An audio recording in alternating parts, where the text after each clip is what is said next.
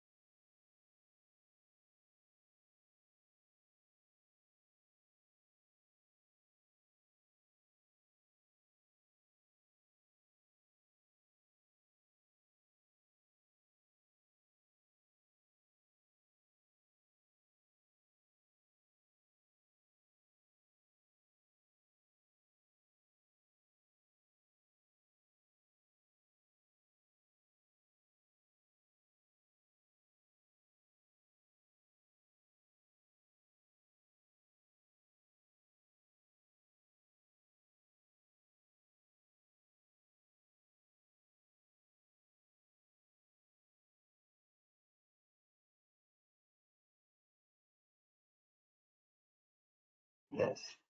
Good morning, everybody. We will get started here in about 10 minutes.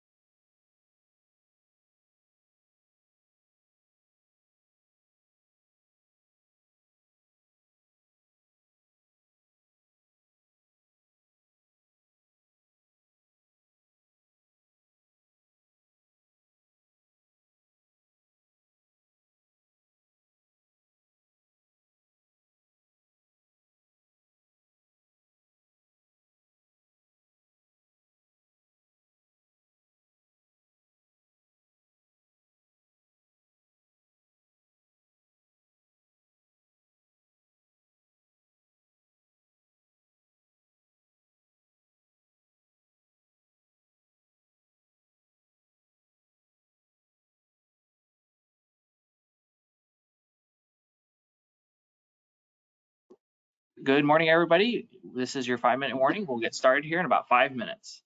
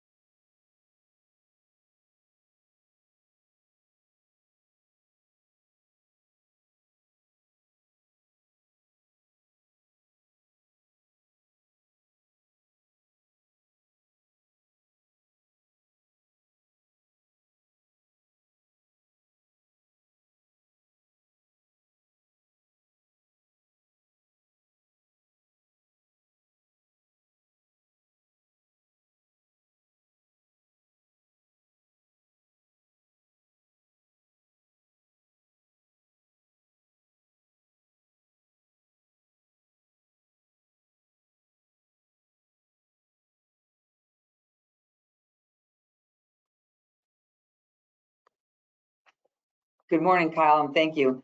And coming to you live from the Roosevelt Room at Farm Credit East Studios, it's my pleasure to welcome everyone here today to our 2023 virtual CAM. I'm Laurie Griffen. I'm current chair of your board of directors, and pleased to welcome everybody here.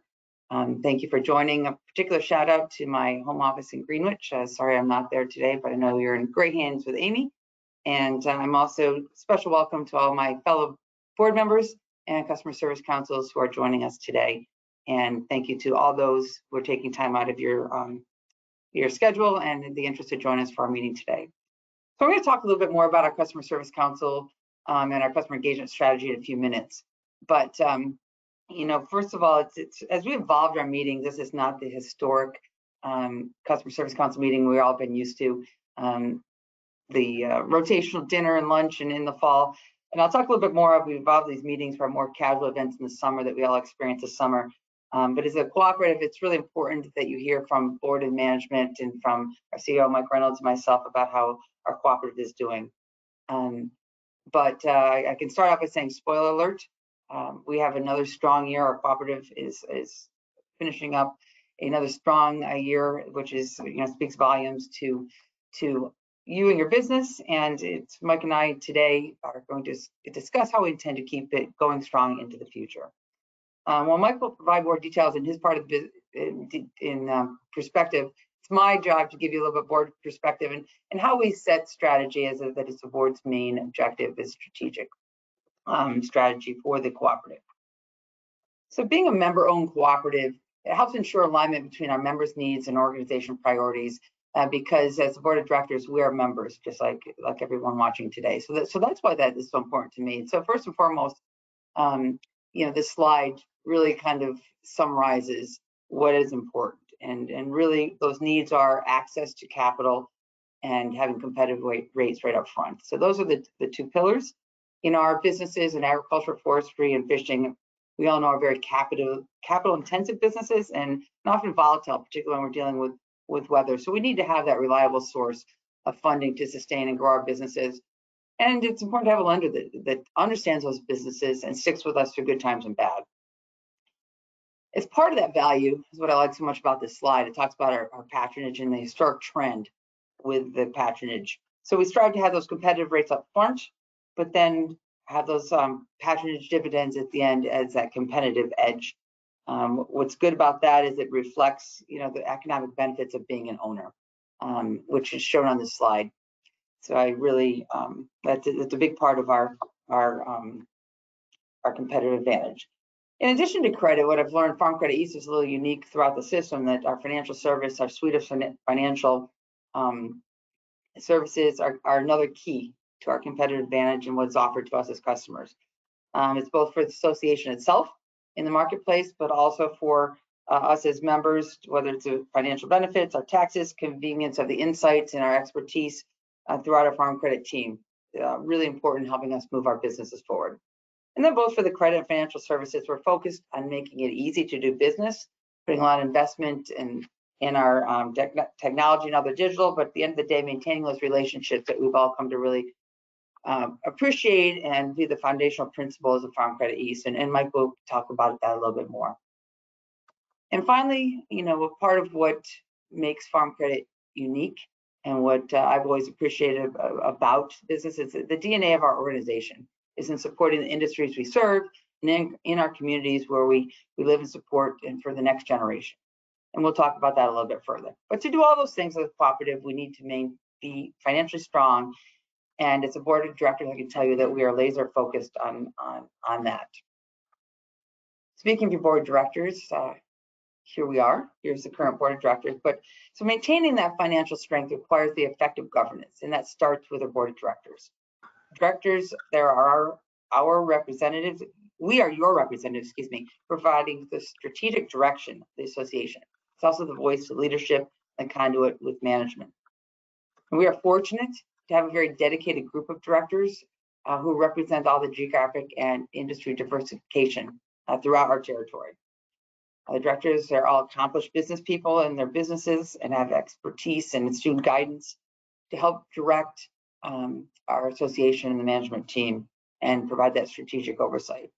As leaders in the communities and industries they are part of, they're also connected to our membership because we are you. I like that slogan, we are you. So we're a conduit for the feedback, an important voice for our membership. And that is a really important part of what we're here today for this Customer Service Council. So sliding into that, really wanted to thank you again for being here. Customer Service Councils are kind of near and dear to my heart, as they are for many members of the board as we started out serving locally on our Customer Service Councils and our local branches. And that's a really important link between our board of directors and our members, is serving on these councils, providing feedback.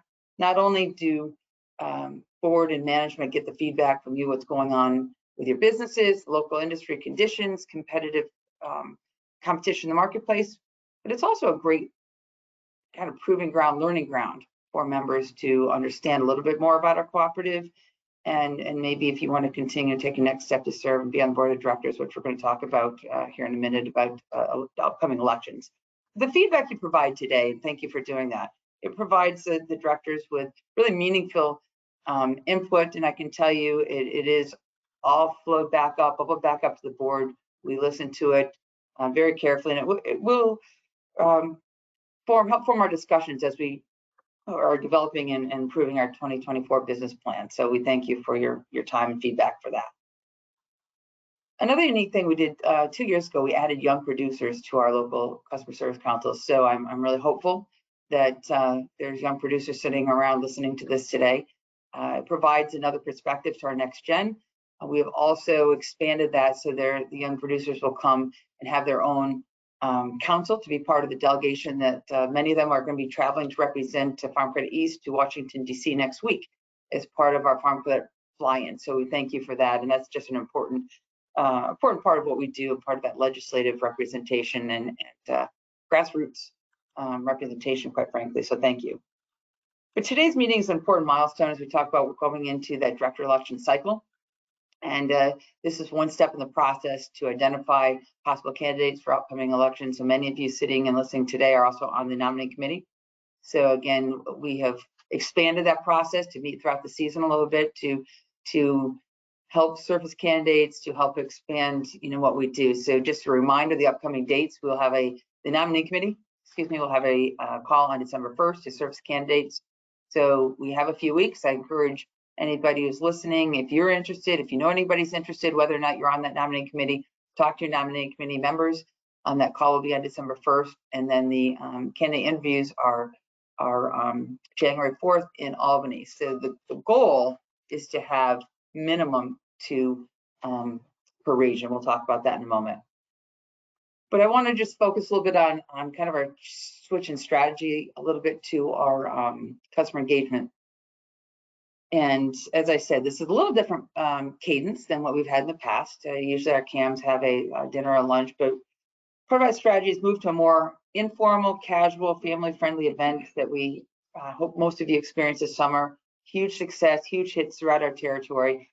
This has allowed, for a broader segment for our membership to attend. It's really gotten great traction and great response. So we envision continuing that. Part of this intent is just simply for fellowship for other members and to say thank you. Thank you for being a member and to have an opportunity to come out and have fellowship.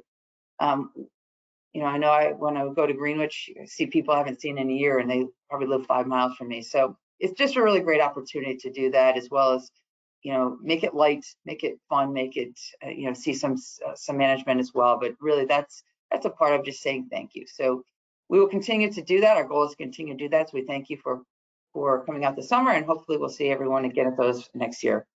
But in the meantime, we've also kind of had a spill over from our COVID days and continue with our virtual, what we're doing now. It allows us to reach more people at some of these meetings.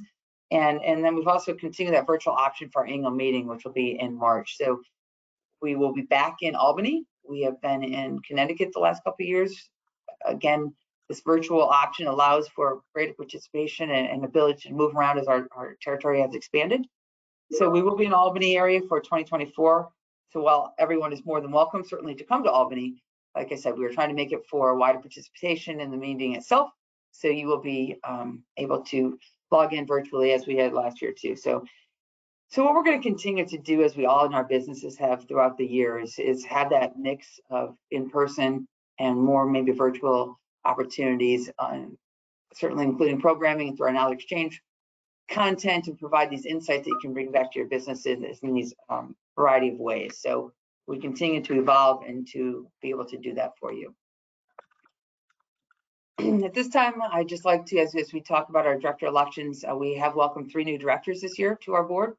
A couple of you are going to see them in person today. In the spring, Brett Crayer and Amy Walker-Bailey were elected. They are newly elected to the board for a 4-year term. Amy hails out of the Greenwich branch, primarily through Walker Farms and retail business, trucking company, and dairy. She is intimately involved into that. And Brett Crayer out in Western New York, out of Clarence Center, is part of Crayer Family Farms, primarily a large egg operation, but also pastured organic, conventional and organic crops as well through that. So we're very happy to welcome both Brett and Amy to our team on the board through the election process. And then we also welcome Tim Benjamin as an appointed director this year. We, as a part of our regulatory mandate and guidance, we have to have at least 2 outside directors. We had Tim Chan retire this last year, so we were fortunate to have Tim Benjamin join us this fall as an appointed director to our board. He has a great combination of agricultural, tax, and finance expertise that he brings to the board. So we're really happy to welcome Tim, Amy, and Brett to our board this year. Real quickly, Tim does come to us as he was retired from Seneca Foods. He was senior vice president and the CFO and treasurer from 2013 to 23. So he also brings that area of expertise to our board in the finance arena. So happy to welcome all of them on board. So as we move forward and talk about the director elections, as you'll see, this is our territories, East, Central, and West. And while we do not have any open seats as we did last year in the West, we do have incumbents in all seats. But what I really want to stress on this is the importance of having involved in contested elections. And I know it's often difficult to get people to say they run against incumbents, particularly when you have a strong year and a strong association. But nevertheless, it's important. I encourage anybody that has any interest. The process is a great process. It's equally nerve-wracking and exciting, even when I'm going for your fourth term. So I just really would encourage everybody to think about running if you have any interest at all, and certainly encourage the nominating committee to work hard to serve a minimum of 2. So as you see this year in the East, part of the merger agreement through this stems back to the main merger agreement years ago, is 2 seats will become 1 in the Eastern region, and the 2 seats currently held by Barry Buck and Jim Robbins in the East. And so that will be 1 seat open. There'll be 1 seat open in the Central, that's currently the seat that I will be seeking a 4th term for, and then a 4-year seat in the Western region as well, currently held by Doug Shelmerdine. So competition is a part of our culture here in Farm Credit East, so we believe it makes us all better. It certainly speaks well for good governance. So I encourage everyone who's interested, and again, encourage the nominating committee to work hard to surface minimum of 2 candidates. So as I wrap up here on my message to you, I just want to mention, as I talked about, the commitment to communities that we live in and we serve, which is really part of our core culture, which is a big part of what we do and believe in here at Farm Credit East. And some of these examples are our ag enhancement grants, the many student scholarships we give annually, our support for FFA, including our supervised SAE, supervised agricultural experience, and the curriculum for CASE, curriculum for ag science, which is CASE.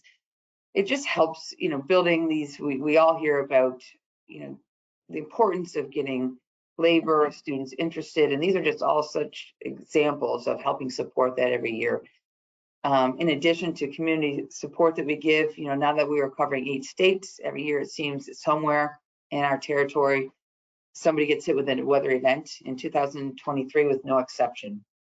Following the devastating July floodings in Vermont and other states, Farm Credit East announced $250,000 relief funds through our Farm Credit East CARES Fund. It's a funding that CoBank also provided $50,000 towards those efforts. So we provide these direct financial assistance to nearly 100 impacted producers throughout our territory, more 100,000 in contributions and organizations that provided their own relief to agriculture community, including Vermont Community Foundation, the Massachusetts Farm Resiliency Fund, and the Center for an Agricultural Economy, which is all part of our partnering and administrating these individual assistance payments.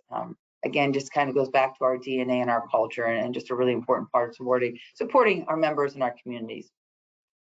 Finally, I'm also pleased to announce the opening of our 2024 Lipinski Rural Initiatives Award. This is a award that was set up in honor of our long tenured and former CEO, Bill Lipinski. The board created this to highlight innovative efforts that are going on in our rural communities to transform our communities. It's something that Bill was very passionate about, and we continue that passion today here at Farm Credit East. Here again, CoBank as a partner has been generous in supporting this award. So we're pleased to highlight our 2023 winners. Marathon Area Volunteer Ambulance Corps to Marathon, New York, and the Veterans-Based Camp in Champlin, Connecticut. At this point in time, I want to share with you a quick video highlighting the Marathon Area Ambulance Corps as one of our 2023 winners. I will cue that up for you.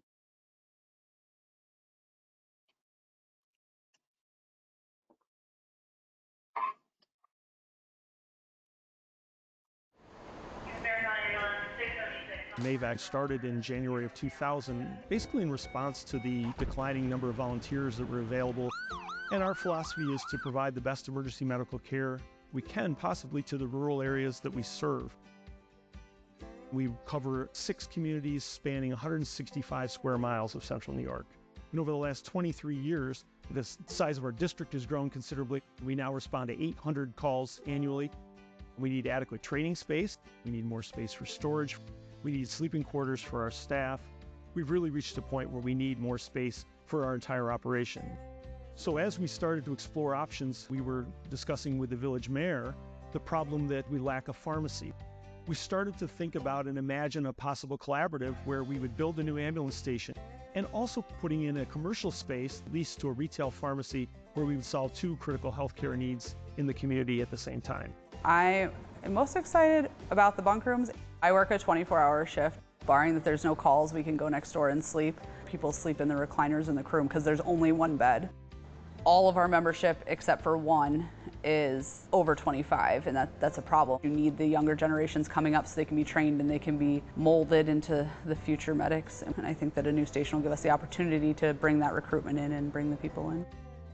I was excited by the Lipinski Award program because I think anytime you have a program that is reinvesting in rural communities, I think that's critical.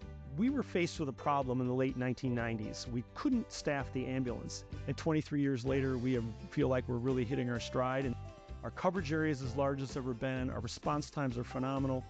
And this ambulance station project will be the culmination of that. And our Lipinski Award is going to help us realize that dream and help us continue to serve this community for many years into the future.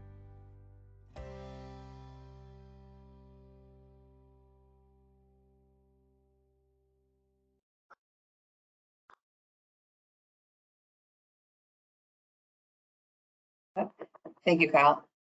So I just want to give you a flavor of, what this award is about, what it can do to provide, having grown up in kind of rural central New York myself, this kind of hits close to home, and many of us are in those areas and the communities we live in and work in and serve. It's just really important to help maintain and sustain them. So this award is a step to help do that. So what I would like to do at this time to announce that the 2024 award nominations are open. They will close on January 31st. And again, just like everybody to think, we all know of projects going on or in organizations, institutions that may qualify for this, that are really good fit for our community. So I would like to encourage us to think about that in areas that might create jobs in our rural areas, enhance our infrastructure, or contribute to the overall quality of life in our rural communities. And that's what this award addresses. So if you know anybody that fits that bill, please encourage them to fill out this application due at the end of January. So in closing, this slide pretty much says it all. Thank you.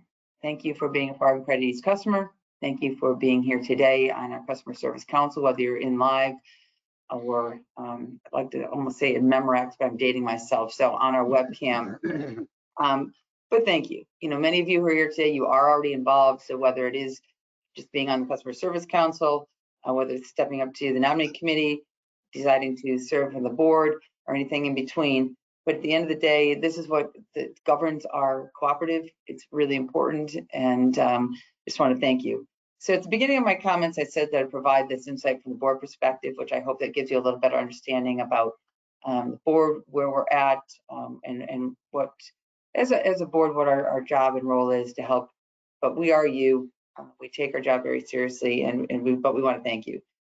And speaking of thank you, before I turn over to Mike, we provide the strategy, the daily work that we all work with comes from our team. Really talented, dedicated team of nearly 600 people throughout our 8-state territory. So I just want to say thank you to that team. And as head of the team, I can't think of anybody more to turn over now to our CEO, Mike Reynolds. Very good. Thank you, Laurie. Great job. And let me start by saying thank you to the board in return. I couldn't ask for a better team to work with from our board of directors. I can tell you they are completely committed to the success of the organization and to making sure that management does their job to serve our customers the best we possibly can. So once again, good morning and welcome to everybody who's on the call today. Also, my thanks go out to the Service Council members who give freely of their time to provide that valuable grassroots feedback that we use to strengthen our organization. So let me just kind of highlight what I would like to talk about today, and I'll get into the weeds a little bit, but not too much, just to give you some overview of how the association's doing. And as Laurie said earlier, from top to bottom, the good news is that there's lots of good news. So we're very happy to be able to share that with you. But as Laurie said, it doesn't come without the hard work of our entire team out there serving customers. So thank you to all of those team members as well. So we'll talk a little bit about our year-to-date earnings. That's the best indicator of how the association's doing. Talk about the environment, and then really take a look at where we go from here. So it's one thing to say we're having a great year this year. What's really important, I think, at both the board level and the management level is to figure out how we can continue to have great years as we go forward. And that's really what we've been focused on here over the last year or so. Let me just take a minute and talk about that. First thing, here are some metrics that the board looks at each and every meeting. It gives us the best mile markers to make sure we're doing the right balance of good for our customers, good for the organization, and good for our staff. So let me just walk through each of these items briefly and give you some perspective on how they came to be. So capital ratio, as an organization, that's our cooperative net worth, just like all of our customers have a net worth. This is our net worth. And so the challenge for us as a cooperative is to maintain just the right amount of capital. Too little capital leaves us exposed in the event of a need to reinvest in the company, or if our customers go through a down cycle of being able to stay with them in bad times. Too much capital is tying up money that should be in the hands of our customers for them to put back in their business. So with that in mind, the organization has set a long-term capital goal of 16 to 18%. So a range allowing for a little fluctuation year to year, but 16 to 18%, we are confident provides us with the type of capital we need to be all the things that we try to be. So this year, we should end up the year right around 17.3 or 17.4% at the end of the year. So great shape there. So next, we look at the quality of the loans that are out there, and that's really as much a reflection of how our customers are doing as it is a reflection of how the organization's doing. But at the end of the day, if the customers are doing well, your cooperative is doing well, and vice versa. So an acceptable loan, as you look at this chart, is a loan that's basically free of any material weaknesses. They're paying on time, they're able to pay all their bills, meet all their obligations, and so forth. And so 98% is really an outstanding number, and it remains at or near all-time highs. Typically, over the course of my career, we would have been running in the mid-90s, 94 to 96%. So you can understand that at 98%, those are really high quality numbers. That tells you that a lot of our customers continue to run their businesses in a safe and sound manner. And even as there is stress in the portfolio, there will always be some customers who are maybe having some difficulties.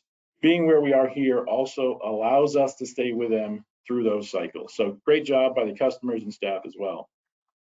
Return on assets, that's kind of our measure of how effective and efficient we are at running the organization. We basically need to stay something north of 2% return on assets, so net income as a percent of our assets, to make sure that we're able to meet all of our obligations as well as pay the patronage back to our customers. Laurie showed that on one of the earlier graphs. And so this year at 2.4%, we're in great shape. And while the board has not officially approved this year's patronage program, I'm fairly confident saying we should be able to meet our 1.25% patronage target for the year. So very happy to be able to do that. We also monitor financial services, all of our records, accounting, tax, consulting, the services go on, crop insurance, appraisal. We really view financial services as one of our strategic advantages, ability to bring other services to our customers to help them be successful. We run what I consider one of the largest accounting firms in the Northeast, if you want to think of it from that perspective, and we're very proud of that. And so we're at $20 million partway through the year, and I'm fairly confident that by the end of the year, we will exceed last year's total of $25.8 million. That tells me there is still great demand for those services and a need for those services in the marketplace, and we'll continue to grow that business as we go forward. Let me just talk for a moment or two about the overall business environment. And if you've been to any of our customer appreciation meetings in the past, this slide probably looks a lot like slides we have shown in previous years, and that's because the challenges are often the same. You know, weather and agriculture, they go hand in hand. As Laurie said, you know, some of the unfortunate events that started in Vermont and the floods that came down through the surrounding areas, certainly impactful on many customers, and we're there to work with them through those challenges. But if you've been in agriculture for any period of time, you know that weather is a part of the equation.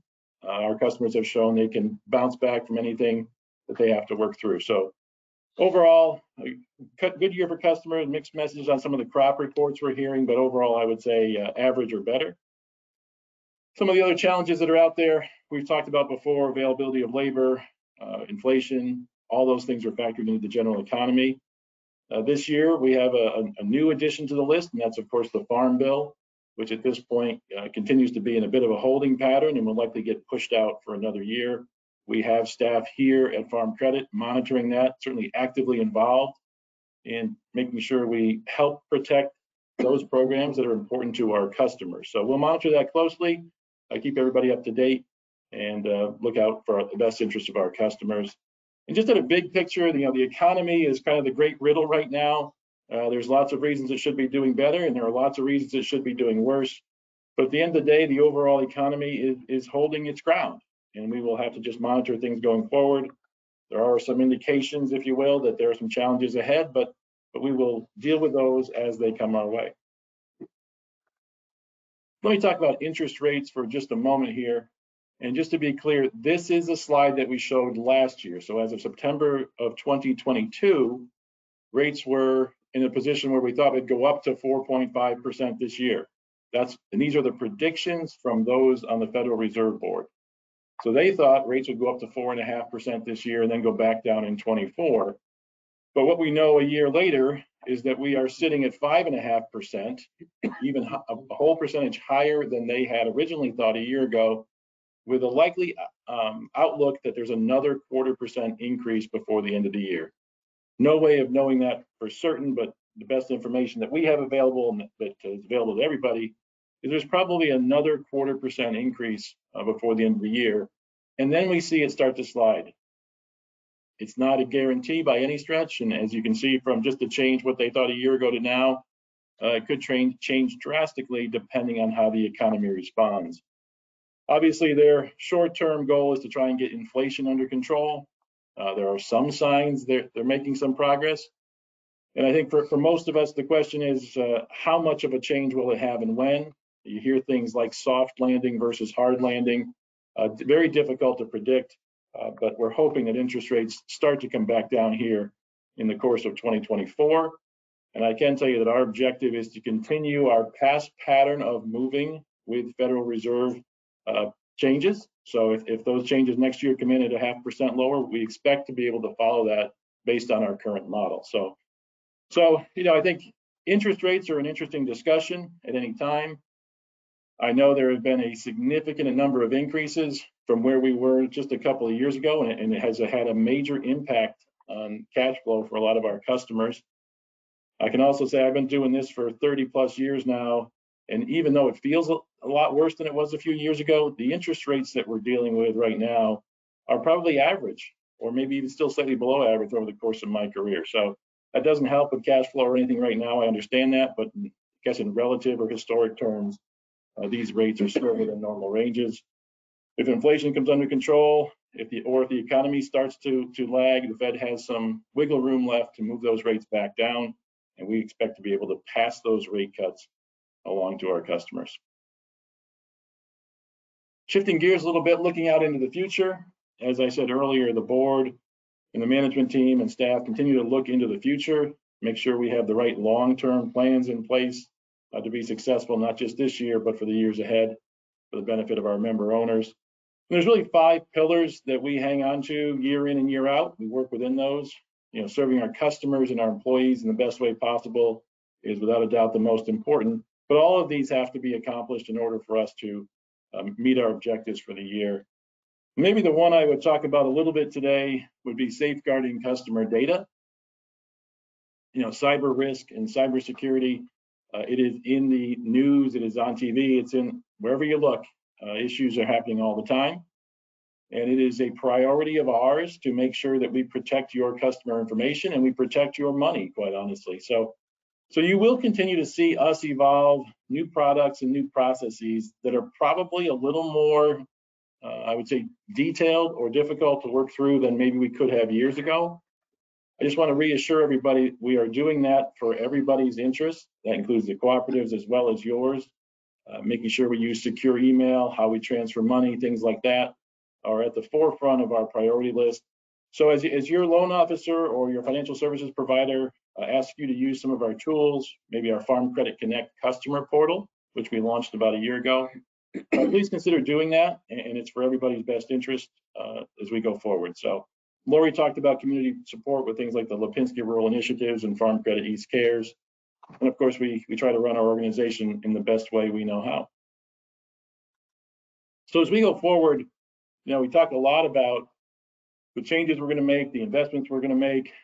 But I think first and foremost, our job is to remain reliable and steady in good times and bad. So a lot of the things that we do today, we need to stay the course, right?